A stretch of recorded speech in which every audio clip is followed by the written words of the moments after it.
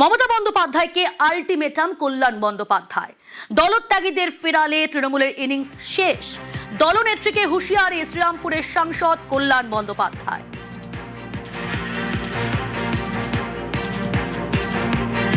মমতা বন্দ্যোপাধ্যায়কে এবার আলটিমেটাম কল্যাণ বন্দ্যোপাধ্যায়ের। আগেও আমরা দেখেছি কল্যাণ বন্দ্যোপাধ্যায় হুঁশিয়ারি, দলত্যাগীদের ফেরালে এবার তৃণমূলের ইনিংস শেষ। দলনেত্রীকে হুঁশিয়ারি শ্রীরামপুরের সাংসদ কল্যাণ বন্দ্যোপাধ্যায়। মমতা বন্দ্যোপাধ্যায়কে আলটিমেটাম কল্যাণের। মৈত্রী রয়েছে আমার সঙ্গে। মৈত্রী, আমরা কিছুদিন আগেই দেখলাম মমতা বন্দ্যোপাধ্যায় তিনি নিজে সাংবাদিক সম্মেলন করে বললেন যারা গেছেন তারা ফিরে আসতে পারেন, কিন্তু মাঝামাঝি থাকা যাবে না। এদিকে কল্যাণ বন্দ্যোপাধ্যায় মমতা বন্দ্যোপাধ্যায়কে আলটিমেটাম দিচ্ছেন, দলত্যাগীদের ফেরালে তৃণমূলের ইনিংস শেষ।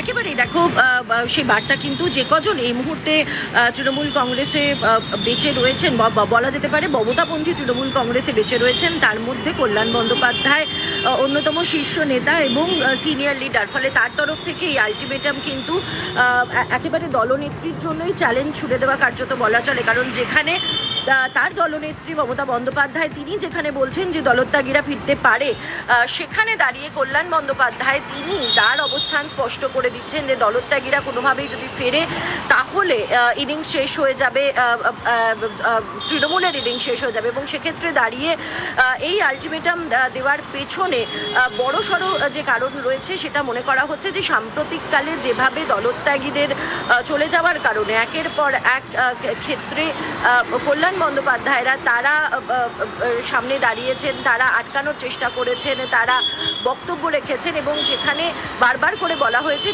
যে কেউ চলে গেলেও দল বা মমতা বন্দ্যোপাধ্যায় থাকলেই সেই দল শক্তভাবে থাকবে। এবং সেখানে দাঁড়িয়ে যদি মমতা বন্দ্যোপাধ্যায় দলত্যাগীদের ফিরিয়ে আনেন, সেই জায়গায় সবথেকে বড় বাধা বোধহয় কল্যাণ বন্দ্যোপাধ্যায়ের থেকে আসতে চলেছে। সেই ইঙ্গিতই তিনি আজকে বাঁকুড়ায় দিয়েছেন।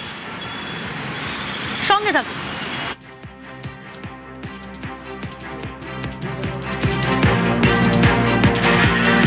মমতা বন্দ্যোপাধ্যায়কে আলটিমেটাম কল্যাণ বন্দ্যোপাধ্যায়। দলত্যাগীদের ফেরালে তৃণমূলের ইনিংস শেষ। দলনেত্রীকে হুঁশিয়ারি শ্রীরামপুরের সাংসদ কল্যাণ বন্দ্যোপাধ্যায়। দলত্যাগীদের ফেরালে আমি ছেড়ে চলে যাব। মমতা বন্দ্যোপাধ্যায়কে এই কথাটা বলছি।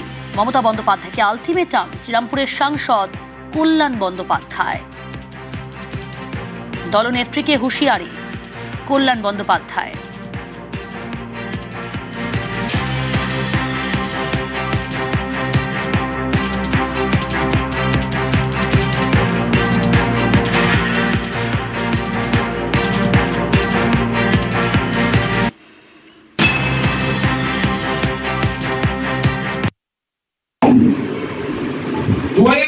নির্বাচনটা তো হবে আবার লোকসভা হবে, বিধানসভা।